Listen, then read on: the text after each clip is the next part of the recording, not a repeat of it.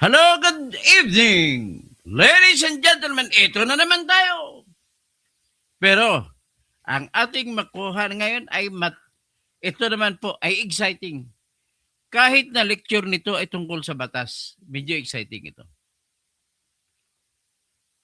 Ano ang ating pag-usapan? Mga team replay ay punta kayo. Pag tuwing mag-play kayo nito, please lang, mag-join kayo mag-subscribe kayo sa channel ko. Libre lang naman yan. Siyempre, mga baguhan sa channel ko, pakinggan nyo po. At kung pwede, mag-subscribe na rin kayo. At saka isa pa, lagi kayo mag-like para po sa tuwing meron akong live, mabigyan kaya kayo kagad ng notice na magla-live naman ang pinakamagaling na vlogger na pinakatotoo kung magsalita. Pinaglalaban lamang natin ang katotohanan. Ladies and gentlemen, before proceeding, nais ko lang muna siguro i-take advantage, no? Habang nag-iipon tayo ng crowd, ay nais ko muna, maraming tatanong sa akin, bakit dati ako masugid akong mga makapink, binabanatan ko si Duterte, binabanatan ko si Sara, binabanatan ko si Bungo, binabanatan ko si Ivy, binabanatan ko lahat. Lalo sa panahon na yun, kakampi ko mga pink, nandun ako sa Bunyog. Kasama ko mga taga-Bunyog. Mga kakampi namin, mga makakaliwa. Yan. Kasi totoo naman, naniwala ko, the best form of government for me is not actually the complete democracy. It's actually democracy with the heart. Demokrasya na may puso. At ang ibig kong sabihin po niyan, pag merong ganon, ay yung tawag niya medyo may social justice. I don't want to call it with socialism kasi sama ang pangalan ng socialism. Kundi isang pamahalaan na kung saan ang mga mahihina na uri ng tao na mahina dahil sa kahirapan, hindi mahina dahil sa kanilang katauhan, kundi mahina dahil sa walang opportunity o pagkakataon na magkaroon ng edukasyon, magandang edukasyon, walang kapital, dahil hindi makapagnegosyo, kulang sa kaalaman dahil wala naman silang resources para paano malalaman ng mga bagay-bagay, lalo na sa kaalaman sa negosyo. Kaya ito na yung kinikwento ko, yan ang aking dreams and aspiration ay magkaroon ng pamahalaan na kung saan ang lahat ng mga mahina patungkol sa pera, walang pera, nagkulang sa edukasyon kasi walang pagkataon mag-aral.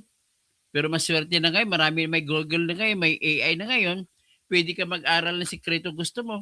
Pwede ka rin mag-online kung gusto mo. Pero problema, wala ka pang bayad pang tuition. Pero pwede, education is free. Basa ka lang, isang topic ka lang, basahin mo yun lahat siguro. Isang buong linggo, pagbasa mo about history ng Amerika, alam mo ng American history. Sunod na araw, basahin mong history ng Pilipinas, alam mo na history ng Pilipinas sa loob ng isang linggo. Ganun lamang po. Example ko lang yan. So sa ngayon, ang pag-aralan natin sa ngayon ay yung napagkamalan nila na mali ang anak ni Dante Marcoleta. Ngayon, bago ko ikwento tungkol dito sa anak ni Dante Marcoleta, ito ay maigsi lamang po. Ay nais ko lang ipa-advance sa inyo na kasunod nito ay magbablog ako tungkol naman kay Marcoleta. Tungkol sa kanyang panalo sa kaso na sinampahan siya tungkol dun sa nagbigay sa kanya ng pera, nag-donate sa kanya ng pera para sa kanyang pangkampanya. At ito nga, kasama niya sa nag-donate ay si Mike Defensor. So anyway, ito na muna tayo si Marcoleta. Tandaan ninyo, marami pinagtatawanan, pati si Lacson. Si Ping Lacson, pinagtatawanan niya si anak ni Marcoleta. Dahil sa sinabi na yon, sa ginawa ni Marcoleta, minura niya. Ay, hindi naman minura, kundi pinihiniya na sa kanya salita. Sabi niya, aral-aral ka muna bago ka magtanong. Piling kasi ni Lacson, magaling na siya. O pareha kami, graduate sa pamantasan ng Lungsod ng Maynila. Siya, gumraduate siya doon ng master in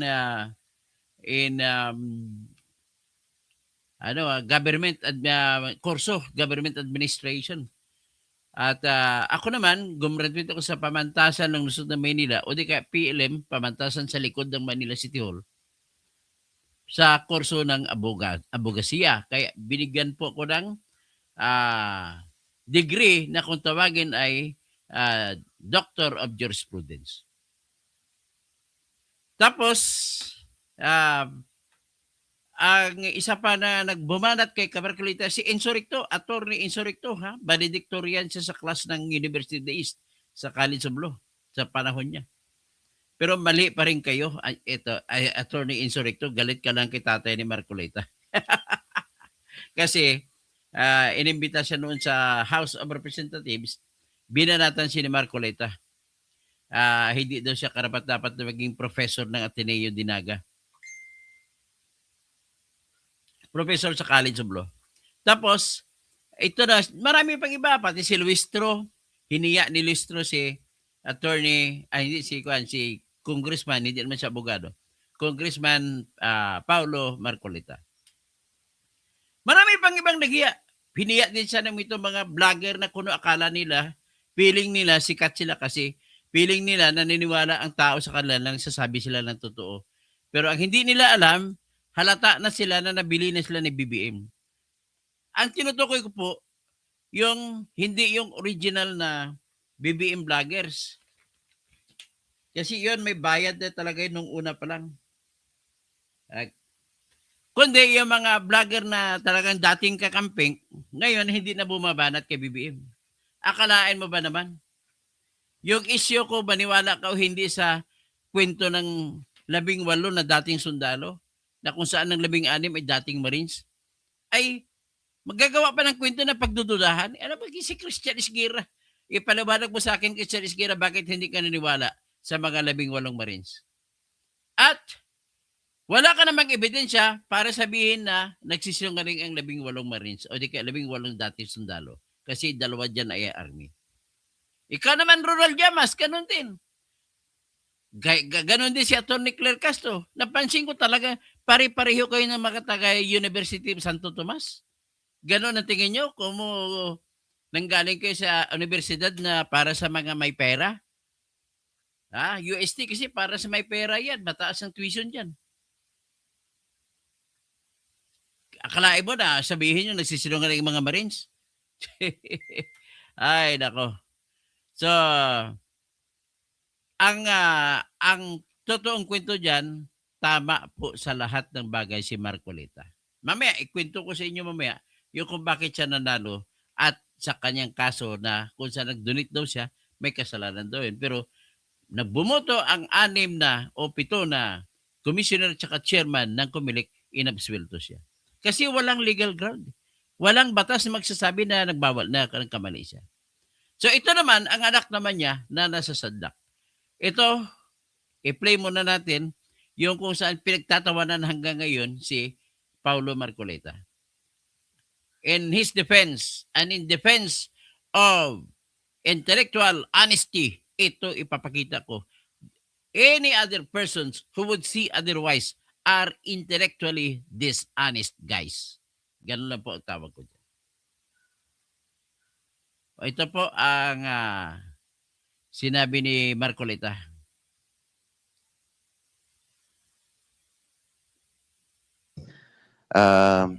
Since I was Chief of Staff here way back 2004 up to 2024,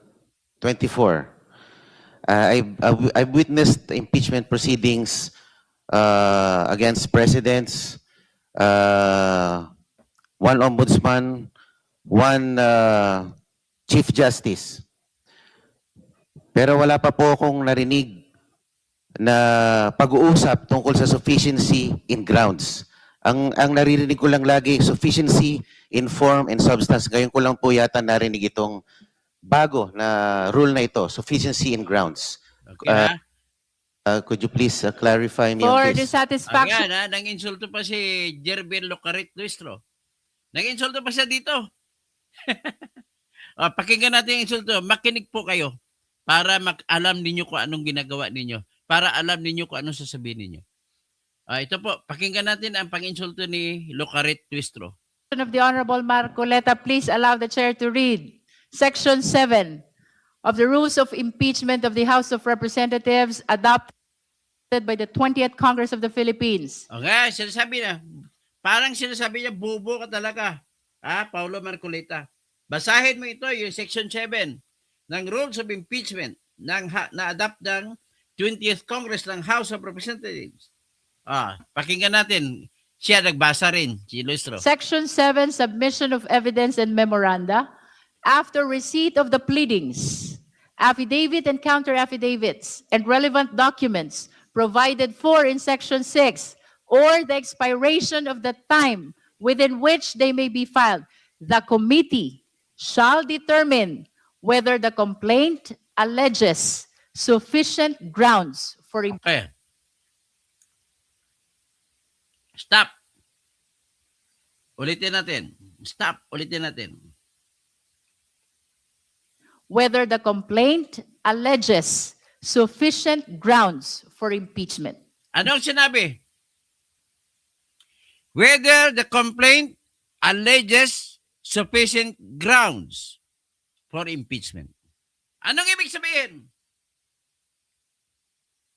Kung sa Tagalog pa, kung ang reklamong impeachment ay nagbabanggit, quote-unquote, nagbabanggit. Kung nagbabanggit po, hindi ibig sabihin na may grounds for impeachment na. So, ibig sabihin, ang obligasyon ninyo sa ilalim ng rule ng Section 7, titingnan lamang ang reklamo kung nagbabanggit ng grounds for impeachment.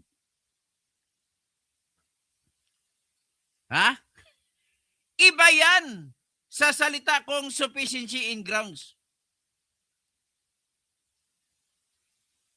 Sige, pakinggan natin uli ang rason ni Locarit Luistro na napakabubo.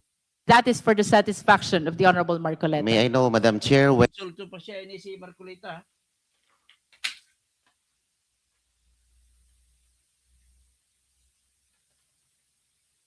Sige. when the rules were promulgated? This not has furnished a been the copy. rules of impeachment of the 19th Congress, which the 20th Congress adopted. Okay. So, Ininsulto mo naman si Batang Marcoleta. Kung adopted, asan ang pruweba na na-adapt? At asan ang pruweba na na-publish nyo sa newspaper? Kasi kailangan i-publish sa newspaper para magiging binding. Asan? It's not Hindi new. nyo binanggit. Hindi po siya bago. This nga- has been part of the previous rules which were used during the past impeachment processes. Opo, kasi bago lang po sa akin yung sufficiency in grounds. Hindi ko po narinig yan sa mga dating proceedings. Walang sufficient grounds. Alleging sufficient grounds lang. Bubo talaga.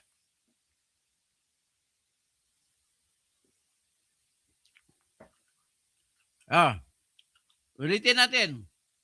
Para maintindihan natin maigi. Kasi medyo tricky ito Kasi medyo play of words Thank Honorable Marcoleta is recognized. Ulitin Thank natin. you, Madam Chair. I just would like to manifest, since I was Chief of Staff here way back 2004 up to 2024, I've witnessed impeachment proceedings against presidents,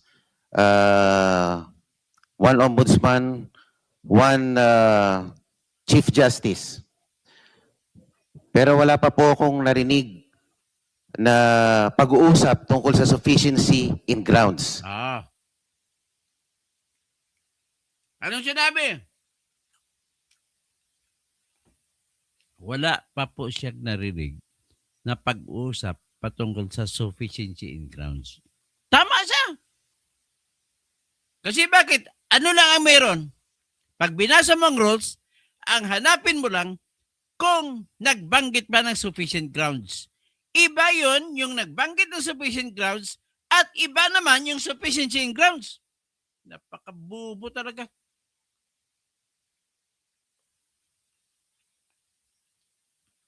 Yung mga hindi nakaintindi dito, pwede na kayong umalis.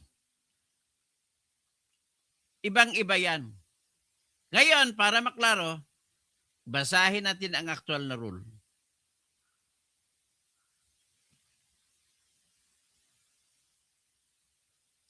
Ito po yung actual na rule. Section 7. Submission of evidence and memoranda. Yung title pa lang, anong ibig sabihin yan? Magsusumiti ka lamang ng ebidensya at memoranda. Ano naman ang memoranda?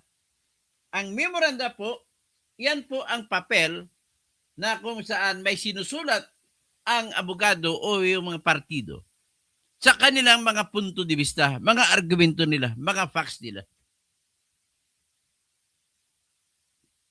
So, ano ang ibig sabihin?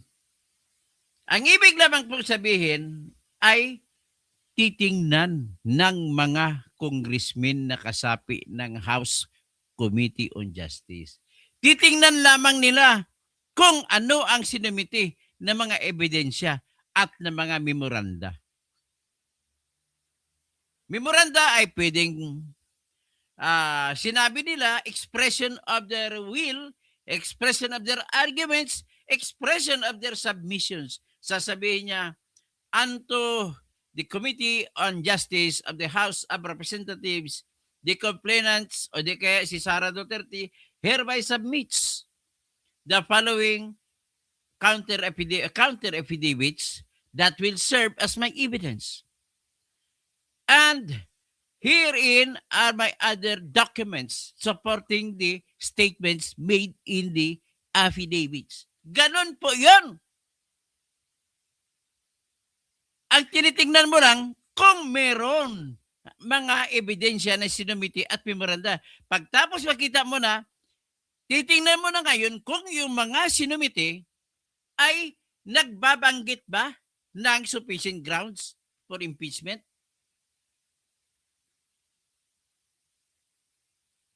Ang section, tingnan natin anong pagkakaiba niya sa section 5. Ito, punta tayo sa section 5. Ito naman ang section 5.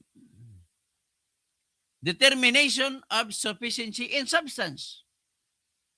Ano naman ang pagkakaiba niya? Sa section 5, titingnan lamang nila ang reklamo na impeachment laban kay Sara o laban kay BBM kung ito po ay nagbabanggit ng mga detalye na sapat, pag napatunayang totoo, na sapat ma-impeach si BBM o di ka si Sara. The requirement, ang eksaktong salita niya na ginamit sa Ingles, the requirement of substance is met if there is a recital of facts constituting the offense charge and determinative of the jurisdiction of the committee. Naintindihan na ninyo? Naintindihan na ba ninyo? Section 5, ulitin natin. Hindi kailangan maghanap ng ebidensya kung may ebidensya ba ang binabanggit ng mga detalye. Importante lamang, ipagpalagay mo na totoo yung mga detalye na binabanggit ay kung sapat ba yan para ma-impeach si BBM o di kaya si Sara.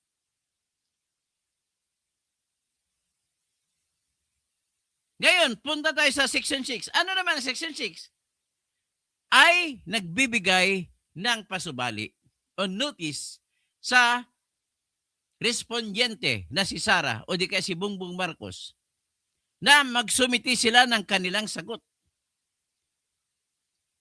At ang sagot nila ay isusumiti sa loob ng 10 araw mula sa pagkatanggap ng notice. At doon sa sagot na yan, ay dapat iyan po ay sinumpaang salaysay. At pwede nila isama ang kanilang argumento na pangdepensa. So, ang ibig sabihin po, yung sagot ay maglalaman ng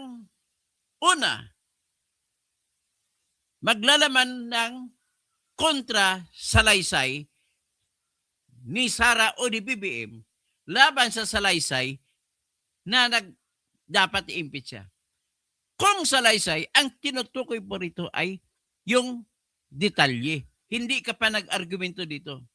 Halimbawa, sabihin niya, si Sara Duterte ay tumanggap ng 125 million mula sa Office of the President. Yan ang unang statement. Pagsagot naman ni Sara, either kung aminin niya o hindi yung statement na yan. So, sasagutin ni Sara, totoo po yan. Nakatanggap ako ng 125 million galing sa Office of the President noong December 21, 2022. Yan. Yan ang unang forma ng sagot niya. Mga detalye na kung aaminin niya o hindi. Yan lamang ang unang bahagi ng kanyang answer. Pangalawang bahagi ng kanyang answer ay yung depensa niya kung dapat bang i-dismiss ang reklamong impeachment o hindi. So ano yon? Yung mga depensa. Sasabihin niya ngayon, hindi po dapat pong ibasura na ang reklamong impeachment na ito sapagkat hindi kompleto ang pagkalagay ng detalye na kung papatunayang totoo ang mga detalye, ay pwede ako ma-impeach.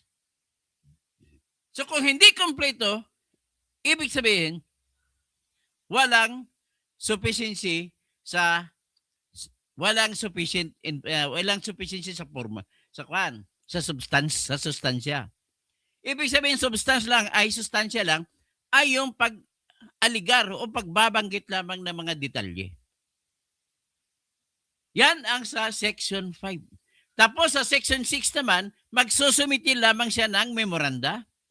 Sa pamamagitan ng memoranda, ay ilalagay niya, ikakabit niya, babanggitin niyo kung anong kanyang mga isinumiti na mga, dito yan sa Section 7. Ano mga sinumiti niya, mga ebidensya? Banggitin niya kung anong affidavit. Banggitin niya kung anong counter-affidavit. Kung si Sara magsusumiti, counter-affidavit. Kung ang kalaban niya magsusumiti, affidavit. Yan po ang ibig sabihin yan. Ibig sabihin, ang sinusumiti lamang dito ay papel. Hindi pa tinitingnan kung may ebidensya o wala. So, ang ibig sabihin nito ay titingnan ng committee kung ang reklamo ay nagbabanggit ng sufficient grounds for impeachment. Nagbabanggit pa lang, nagbabanggit alleges. Hindi pa hinahanap ang ebidensya ng binanggit. So tama si Marcolita sa pagsasabi na hindi tayo dito pwede magbuto-butuhan na desisyonan natin na sufficient nga ang ground. Hindi. Titingnan lamang kung ang mga sinumiti na memoranda ay nagbabanggit ng mga detalye na kung titingnan mo at ipapalagay mo na totoo ay sufficient ang grounds for impeachment. So ngayon, ano ang grounds for impeachment? Betrayal of public trust. So nagbabanggit pa na tinitingnan mo, pag tiningnan mo ay pwede mong sabihin na tinraidor niya ang tiwala ng taong bayan? Yan ang unang tanong. Kung ang aligasyon sa memoranda at mga ebidensya, kung papalagay mo na mga totoo mga ito, ay sapat na para sabihin na ma-impeach si Bongbong o di kaya si Sara. Naintindihan na ninyo? Ang isang ground, culpable violation of the Constitution, pag nabanggit pa, pag titignan mong ebidensya, halimbawa, yung akusasyon na si Bongbong Marcos ay dapat nagpa-hair follicle pero hindi siya nag-hair follicle test. So binanggit, sinabiti ang ebidensya ng salita ni Aimee Marcos. Sinabiti niya ang USB ng speech ni Aimee Marcos na nagsasabi na adik si Ading. Hindi pa titingnan kung totoo ang speech. Titingnan lang muna ang ebidensya na sinumiti na kung mapapatunayan ay sapat na para ma-impeach si Bongbong.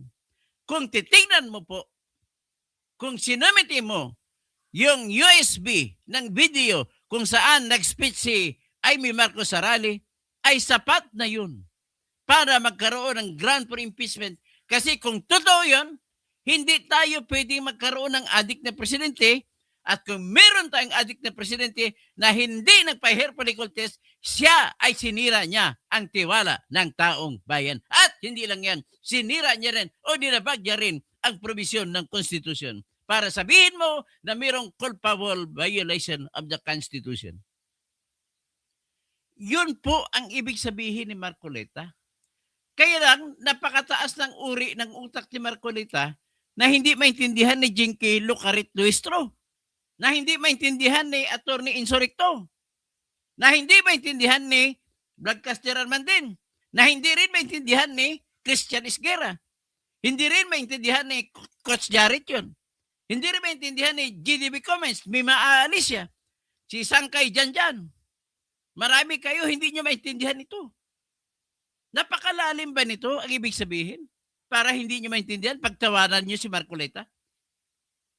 All the while, tama si Marcoleta.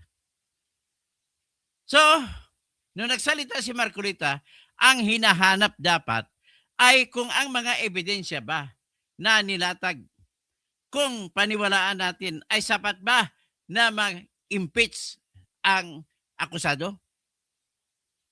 In other words, sa Section 5, ang hinahanap muna yung detalye lamang, pagkwento ng detalye. Kung sapat ba ito, kung mapatunayan, ay ma-impeach ang tao.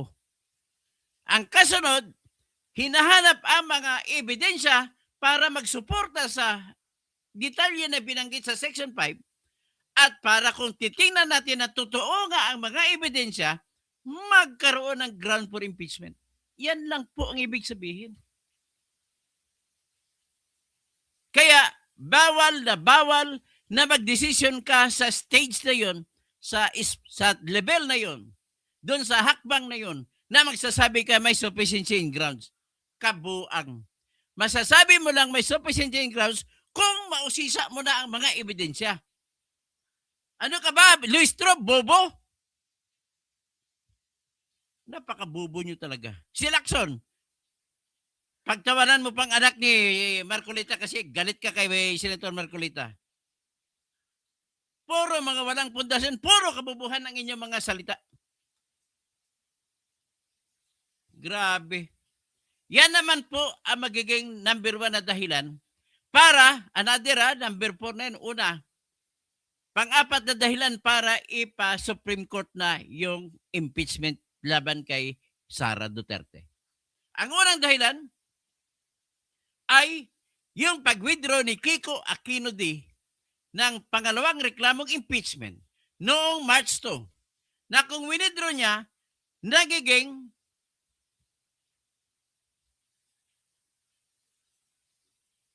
ano na yon? Hindi na viable. If it is no longer viable, under the original decision of the Supreme Court in the first case of Sara Duterte, it says, the Supreme Court says that if the complaint is dismissed or no longer viable, ay automatic babawalan na ang ibang reklamong impeachment. Iyan nangyari, nag-withdraw si Kiko Aquino D. Wala man ang action ang ginawa ang pinayagan naman nila mag-withdraw. So, ibig sabihin, na-dismiss at no longer viable. At kung no longer viable, that is now a ground for dismissal of the new complaint for impeachment. Di ba? March 2 yun. Eh ngayon, nagpapatakbo pa kayo. Ibig sabihin, yung number 3 at number 4 na complaint ninyo ay basura na. Alam mo, ginagawa ng mga abogado ni Sara, naghihintay lang na sapat na oras. The right timing. Kasi ang right timing, kailan? Pag matapos na nila gagawin ang lahat, kapag madesisyonan na ng plenaryo, kabuuan ng House na iakyat na ang kaso ni Sara, that is the perfect time na pumunta ng Supreme Court. Bakit? Hindi ka pwede humingi ng tulong sa Supreme Court kung may panahon pa. Kung pwede pa nila mabago. Pwede pa nila babaguhin. Kasi pwedeng ibasura ng plenaryo ng karamihan ng mga House of Representatives. Kaya inaantay na nila ang timing. Number 2 na ground ay yung hinanapan nila, hindi sapat ang pagdetalye ng reklamong impeachment laban kay Sara, and yet pinayagan nila. Ang kakulangan ng mga nagreklamo sa pagbanggit ay dinugtungan ni Ridon. Kagaya halimbawa ng akusasyon na intelligence fund, confidential fund. Sinabi nila na withdraw ni Sara, natanggap, okay, dapat aminin ni Sara yun. Yun dapat ang sagot. Pero, hindi, sabihin na, aminin, tinanggap ni Sara ang pera 125 million sa Office of the President. Withdraw niya ito mula sa Land Bank of the Philippines. At ang inutusan niya mag-withdraw ay mga tauhan niya sa opisina kasama ang disbursement officers. At ang disbursement officers, banggitin din ulit, ay binigay kay Colonel Dennis Nolasco at Colonel Raymond Dantila Chica. Pagkatapos, nagbigay ng resibo si Sara Duterte sa paglikwida kung paano nagasta. Nagbigay siya ng mga pangalan na maraming peking pangalan kagaya ng Merigris Piatos. So kung ganon, ang tanong na lang is, maging tama ba yun? So kung hindi maging tama, nakalab ako. Ang tanong naman doon, sapat ba yun? Ang sagot, hindi. Dapat binanggit pa ninyo kung ano ang ginawa na facts para napunta sa bulsa ni Sara ang pera. Wala. So kulang, ibig sabihin kulang. And yet, pinapasa ninyo. So sa Section 5, pwede magamit na dahilan, ang paglabag ng Section 5, pwede magamit na dahilan para sa pangalawang rason na umakyat sa Supreme Court ulit si Sara Duterte. Pangatlong dahilan. O ito na nga, pangatlong dahilan ay sa ngayon. Wala silang tingnan ninyo. Nung huling hearing, wala silang binuklat, hindi nila tinignan isa-isa ang reklamo laban kay Sara. Para tingnan kung anong nakalakip na mga attachments, na mga documents, kung ano mga video na naka-attach. Wala silang ginawa ganun. Tapos nagbuto-buto sila, desisyonan lang na mayroong sufficiency in grounds. Mali pa. Dapat ang desisyonan ninyo kung may sufficient grounds. Kung nagbanggit ba ng sufficient grounds. Hindi yung may sufficient in grounds. Kasi kung nagbanggit ka lang na sapat yan, iba yun. Kaysa nagbanggit ka, sapat na. Napakabubo. Jambalay, baka jampus. Bah, bubo naman. Sige, kamo mga bubo, welcome dito, mag-comment. Ang dami-dami nyo Basta yan lang po ang aking vlog sa ngayon na tama, correct si Paulo Marcoleta sa pagsabi na wala sa proseso ang pagdetermina ng sufficiency in grounds. Ang sufficiency in grounds ay papasok lamang yan pag matapos mo na mausisa lahat ng mga testigo, ma-cross-examine mo, ma-examine mo, ang mga ebidensya kung masuri mo, isa-isahin mo, yan lamang magkaroon ng sufficient grounds at may probable cause na. So, ang ginatanong ni Marcoleta ay tama. Kaya dapat naglimita lamang sila sa tanong, nabanggit ba na mayroong sufficient grounds? Yun lang tanong, kung nabanggit. Hindi tinatanong kung ang nabanggit ay talagang nabanggit. Totoo. Galit na galit itong mga bubo. Hayaan mo lang mga bubo na yan. Si Jaime Rival, baka bubo. Sige, hayaan ko lang. Hindi na ako mag-comment. Basta sa akin lang hinihiling ang yung mga naniniwala sa akin at mga kumukontra sa akin para makapag-comment ulit kayo. Paki-like na lang para ma-alerto naman kayo pag mag-vlog naman ako. Kasi ang kasunod ko na vlog si Marcoleta na tatay. Okay? Just give me 10 minutes. Maraming salamat po. Mag-subscribe kayo. Yung hindi pa nakasubscribe, total libre naman yan. At mag-join kayo sa channel ko. 75 pesos a month lang yan. At pwede i-like ninyo ang aking isa pang